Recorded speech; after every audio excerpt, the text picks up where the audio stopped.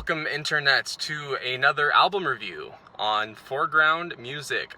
Today, we are going to be reviewing an album from my car because unfortunately it's the only place I could get some peace and quiet to record uninterrupted. I can explain the very technologically advanced rig I've got going on here. We've got my jacket in the driver's side window to kind of block out the sunlight from there. Something else blocking out the light over there. The lighting is less than ideal, but it's definitely better than it was before.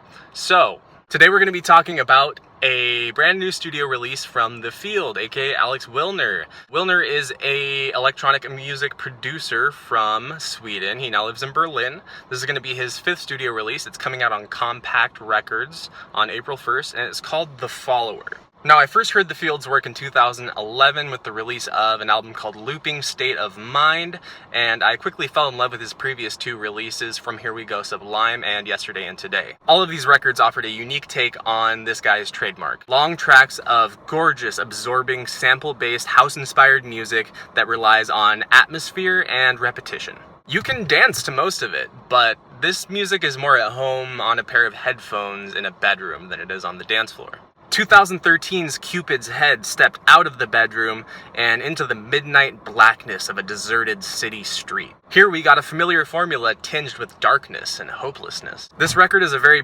personal and emotional one for me. It's one of my favorite records, and absolutely my favorite record in The Field's discography to date.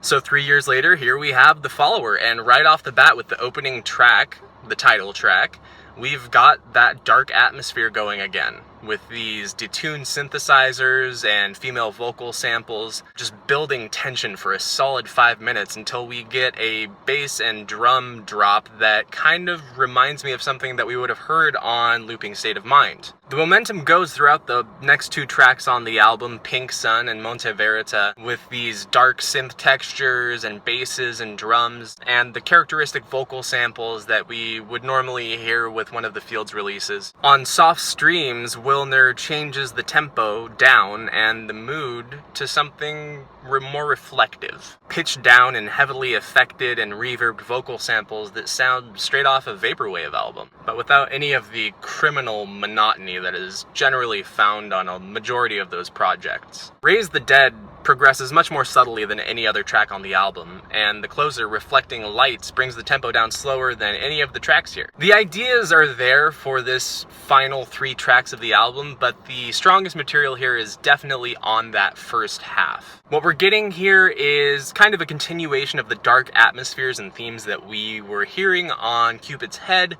but unfortunately this album I find to be a bit less consistent in its delivery. This is a good record and will definitely remain in rotation for me. I love The Field's style, but unfortunately The Follower turns out to be, for me, exactly that, a follower. This is an album that's following an album that, to me, represents this artist's best work. And contextually, for me, it just didn't quite cut it. I'm going to give this album a rating of 79 out of 100. I know this was a short one, but thank you so much for watching, guys, and just caring enough to even listen to what I have to say about music at all. I really do appreciate it. And if you are liking what you're seeing from this channel, then go ahead and subscribe. There's going to be a lot more content coming up. Hopefully not filmed in a car, but I can't make any promises. Hit that like button if you liked this video and you feel like checking out some of The Field's work. I absolutely do recommend it. If not this album, definitely check out Looping State of Mind and Cupid's Head, 2 really fantastic records. I'll see you guys next time, and remember, life is too short for background music.